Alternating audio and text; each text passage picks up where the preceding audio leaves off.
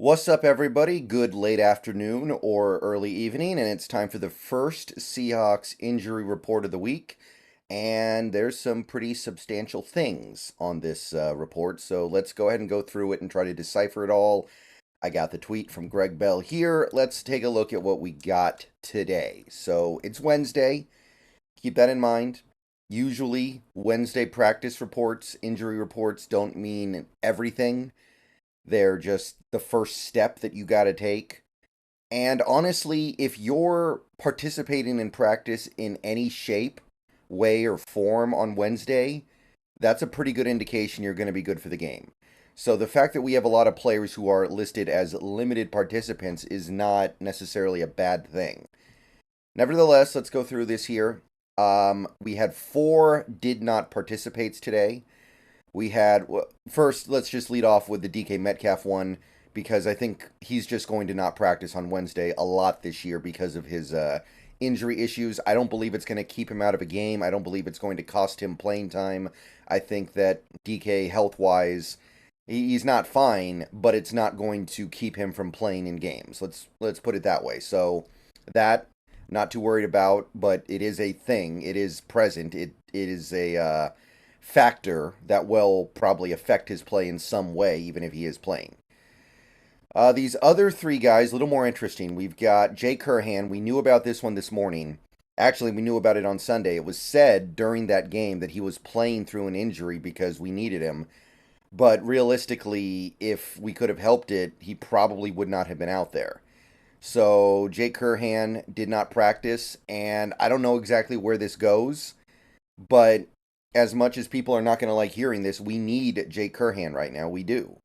He is our starting right tackle until we get Abe Lucas back. Abe Lucas is not going to be back this week. You can pretty much write that in stone. Carroll actually even said he's not going to practice this week, so he might be at least a few weeks away. So I'm not expecting him back particularly soon. And Curhan is, as of right now, the best option we have at right tackle. So this has got to be a little bit alarming. But we've known for a little while now that he's not right. So let's just hope he can get right in time for the game on Sunday. We also have Zach Charbonnet with a hamstring injury. This one kind of came out of nowhere. Maybe this is why he didn't play very much against the Bengals. I don't know. But there's something going on there with Charbonnet. No reason to be alarmed yet. But it must be a non-trivial injury because Charbonnet is a rookie. He's not a veteran that you hold out for every little tweak and bruise. You would want him out there on the practice field if he can be out there. So definitely something to keep an eye on as we go through this week. And this is potentially a big one. Evan Brown did not participate with a hip injury. Now, again, it's Wednesday. There's no need to make this a bigger deal than it is. But Evan Brown has been a valuable part of this offensive line so far this year at center. And he's been even good when he's been forced to play left guard. And if you lose him, obviously you can plug in Oluwatimi, but you're damaging your interior line depth because of his versatility. So it is just Wednesday, but these 3 guys, say whatever you want to say about them, most notably Curhan, we need them. So we got to hope things get better as the week goes on. Limited participation. We had quite a few guys, but the fact that they were limited to me says they're going to be ready for game day unless something gets worse, right? So we got Charles Cross coming off his first game back from the injury. It makes sense that he would be taking it easy a little bit, so I'm not surprised that he's being held back just a little bit. Phil Haynes, also limited. We know he's playing through an injury right now. Carroll said as much. He's not where he wants to be in terms of health. He's not himself right now, which is probably a big reason why he looks so bad on a Sunday. Now, it seems like he's just better at right guard now than left guard. That's probably a part of it as well. And the good news there is that we had Damian Lewis participating in practice today. If he's practicing on Wednesday, I would assume that means he's good to go on Sunday because he was close to being able to go last game. They said on Friday he was doubtful, which means they thought there was actually a non-trivial chance he would play. So that tells me he's pretty dang close to being able to go. So I expect to have Lewis and Haynes ready to go for this game, which is significant. I think we learned in that game that while Damian Lewis is not having his best year and Phil Haynes is polarizing in the fan base, we need those guys right now. They're not playing badly at all. We saw what bad play looked like on Sunday with Haynes out of position, playing injured, and Lewis not in the game. Lockett was limited with a hamstring. Not too worried about that there. He's the definition of a veteran that you want to give practices off. Artie Burns was limited with a hamstring injury as well. So I suspect that's an indication that he's very close to being able to return. Right now, we don't necessarily need him, but obviously you'd rather have him than not have him. And Trey Brown was also limited in his practice participation with a toe injury. He obviously was playing until the final whistle against the Bengals, and I didn't hear of anything coming out of that game, so I'm working under the impression that whatever this is, it's very minor, and he should be good to go for the game. And yeah, that's about it for the Seahawks. No full participants listed this day, and that's about it.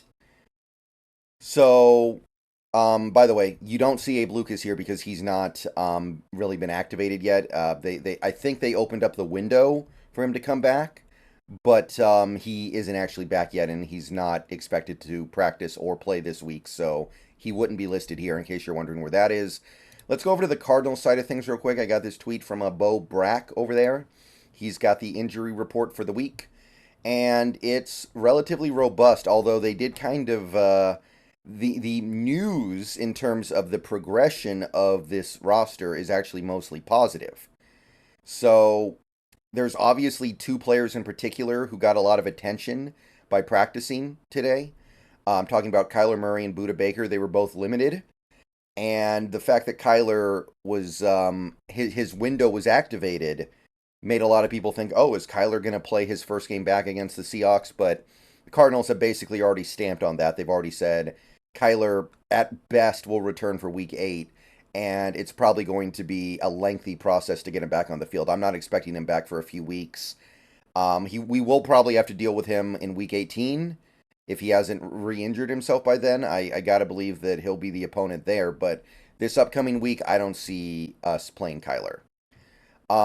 Antonio Hamilton was a DNP today. Zach Pascal, DNP. Jalen Thompson, DNP. None of them huge contributors to this team. Maybe Antonio Hamilton, but again, it's Wednesday. We're gonna have to see where it goes this week. Budda Baker limited. Again, this is an instance where somebody being limited in practice does not necessarily mean they're going to be able to play. Usually it does, but Baker and Murray are in a situation where they're going to slowly be brought back over an extended period of time, and their practice participation is not the only roadblock to them getting back on the field. So I certainly don't expect Murray this week, who is limited. And Baker, I'm kind of getting the sense he's not going to play, but I'm not as confident about that. We also have Keitrell Clark, who is their slot corner. He's limited with a hamstring injury. Should be fine for game day, but it is a hamstring injury, I guess, so you got to keep an eye on it. And you've got another cornerback in Garrett Williams, who is limited. They've got a couple of full participants here with Kelvin Beachum and Jonathan Ledbetter. Should be fine for game day. Would be really weird if they weren't. And yeah, that's the injury report from the Cardinal side of things. So that's all the information we have at this point in time. We're going to learn a lot more tomorrow, but right now the main concern has to be the offensive line. Every single starting offensive lineman right now is on this injury report in some way, and that's the side of the ball that got beat up on the field. All right, see you guys later. Go Hawks.